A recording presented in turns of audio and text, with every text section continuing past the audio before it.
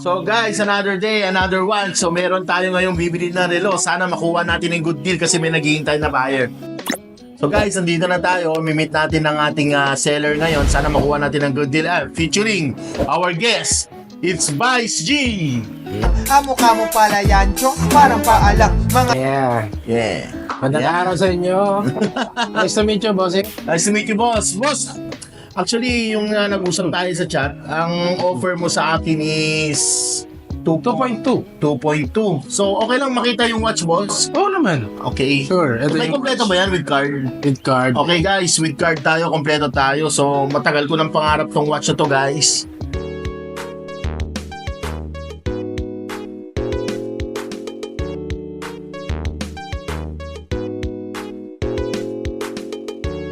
Ayan, it's Rolex Dai Coca-Cola 11.9. Mukha naman siyang legit, guys. Walang gas-gas. So, it's 2024. Boss, anong pinaka, ano mo talaga? It's 2.2? 2.2 tayo, boss. 2.2. So, actually, I was thinking nung una is 1.9 eh.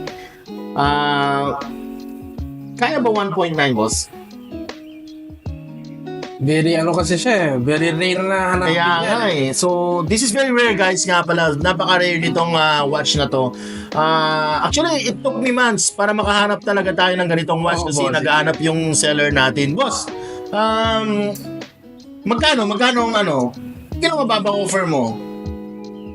Kaya lang, let me think. Sige, salubong tayo ng 2.1. 2.1? Actually, bigyan ni Mrs. ko yan eh. Nga, boss eh. Actually, gusto ko talaga to, boss eh.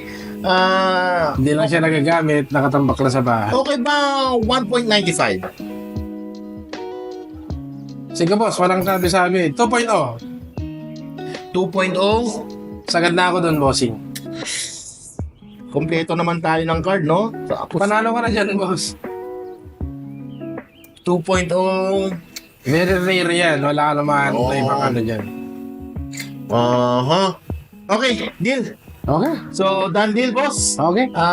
Thank you, Vice G, guys. Hopefully, madala na natin mamayang hapon to sa buyer. So, may naghanap tayong buyer. So, dahil nakuha natin ng 2.0, 1, 2, ayan, sir. Thank you. Thank you very much. Nice deal, sir. Nice Thank you. to meet you Sana again, sir. in the future, sir, makakuha ko din sa inyo ng magandang relo. Guys, Okay, thank you. nakuha na natin, guys.